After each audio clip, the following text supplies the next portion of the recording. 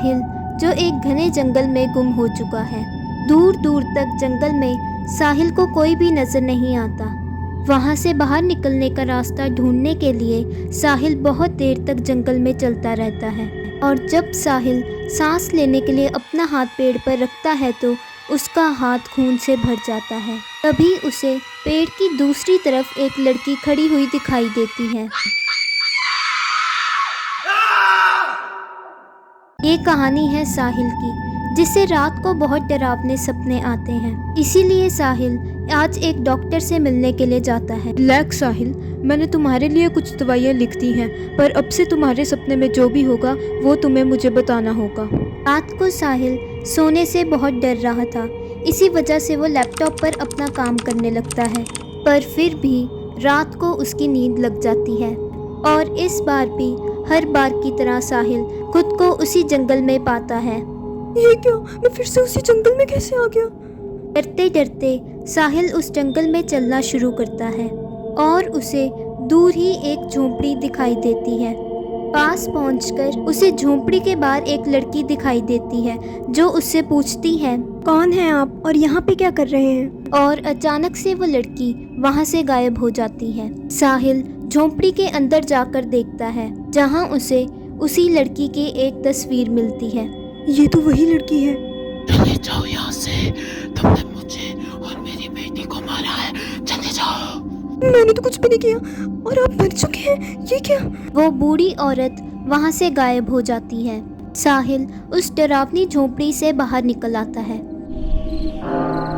रात के सन्नाटे में साहिल उस जंगल में अकेला चलता रहता है। एक पुराने ब्रिज के पास पहुंचकर साहिल को किसी की पायल की आवाज़ सुनाई देती है, जिसे सुनकर वो एक नदी के पास पहुंच जाता है।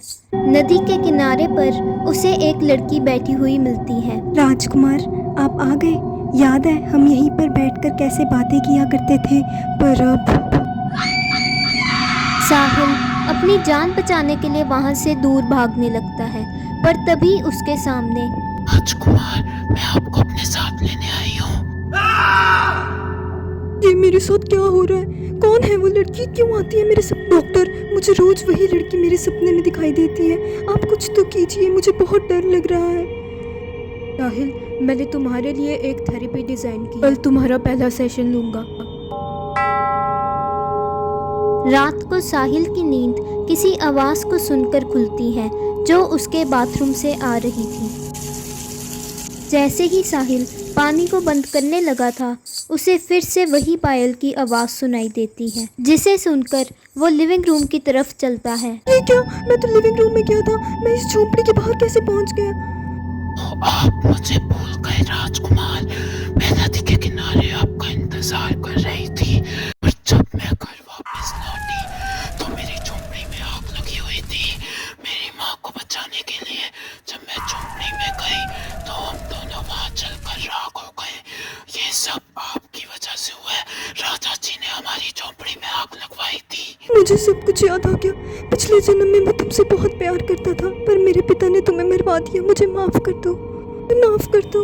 हमें मुक्ति नहीं मिली, हमें मुक्ति दिलाओ। साहिल ये सब कहानी जानकर बहुत परेशान हो जाता है। अगली सुबह साहिल उसी झोंपड़ी में पहुंचता है और उन दोनों की आत्मा की शांति के लिए हवन भी करवाता है।